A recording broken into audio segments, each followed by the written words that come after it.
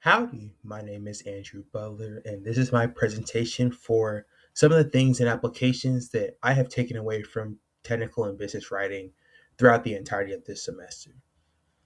Now, as an engineering academy student, a lot of some of the strategies, assignments, and just core ideas that we went over throughout technical and business writing have really helped me a lot personally, and I also feel as if I could truly apply within my specific pathway of civil engineering. So this presentation kind of goes into some of the things, as I mentioned before, that I personally have learned and what I think I can apply within the field. So memos were a communication style that I was somewhat familiar with. However, didn't necessarily know how to actually write or format one personally.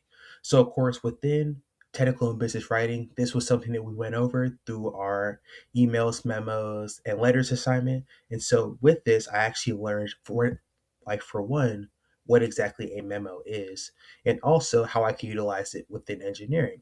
So, obviously, a memo is just kind of a shortened form of communication that can be utilized within a professional field to communicate short messages or ideas to whoever you need to send the information out to. And so I realized that within civil engineering, I can, of course, use memos to communicate with contractors, consultants, employees, anybody else that needs to know about the operations that are currently going on within our construction project. As civil engineers can get this information effectively, and it can be sorted out in a manner that's really, really easy for them to understand and digest. So on here, I actually listed some potential applications. So, of course, I have communicating with contractors and consultants, notifying city employees of actions that are going to be taking on site or whatever processes happen to be going on at the time, as well as any alterations that I could send out easily to whoever may be working on site or who is involved in the operations of said project. There were whatever alterations we would be working or making to a certain building, construct, or anything of the sort. So professional emails are another thing that we discussed pretty heavily within this class, and I have taken a lot from. So professional emails are of course going to be applicable to any form of business or professionalism, not just engineering. However, I feel as if specifically within engineering, especially civil engineering, it's highly imperative that you're communicating anything that you need to in an effective manner that's also understandable and professional. So, as civil engineers, we can apply professional emails to, of course, effectively communicate with designers, architects, inspectors, anybody that happens to be involved with on site operations, as well as being able to provide legal information pertaining to whatever our operations may need to be. And of course, when it comes to legality, you always want to present whatever evidence, whatever topics in a professional manner, just out of respect for the residents they're going to be in charge of it. And also, professional emails often assist with coordinating with government agencies, which of course have a very high standard when it pertains to professionalism with any company they're working with. So the importance of engineering ethics is also something we discussed within the class. So this is something I also got to learn within my actual A&M class, Engineering 216.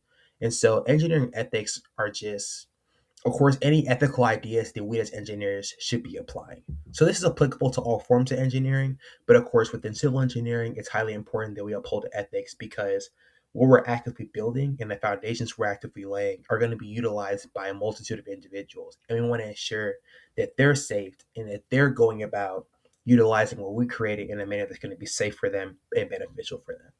So within the ethics assignment that we had, we went over a couple dilemmas and how we will go about solving them or getting through them as engineers. And so with that, I learned a lot about, of course, not only the code of ethics that we as engineers have to abide by, which of course was established by the National Society of Engineers, but also just what ideas we should apply and what to look for within certain situations whenever we're faced with the ethical dilemma.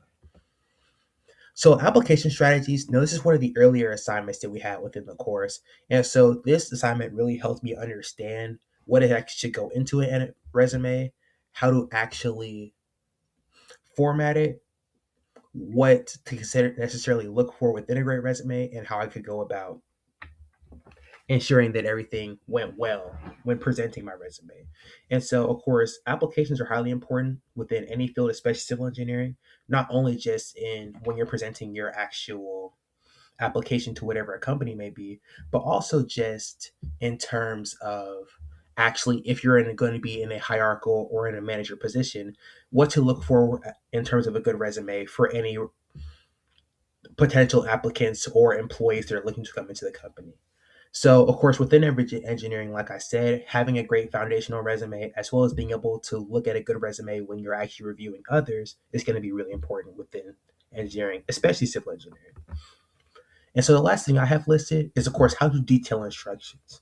So within civil engineering, it's highly imperative that you're ensuring that your instructions are clear, concise, and understandable by whoever's reading them. And so with our instructions assignment, we actually learned how to go about explaining a process step by step, breaking it down, making it simplistic and digestible for whoever's utilizing it. And within civil engineers, processes and projects can be highly, highly complicated. So being able to break it down in a manner that anybody can understand it is obviously going to be highly applicable. But with that being said, that concludes my presentation. I just want to say thank you, Professor, for a wonderful semester, and I thank you for everything you've taught me. Gig 'em.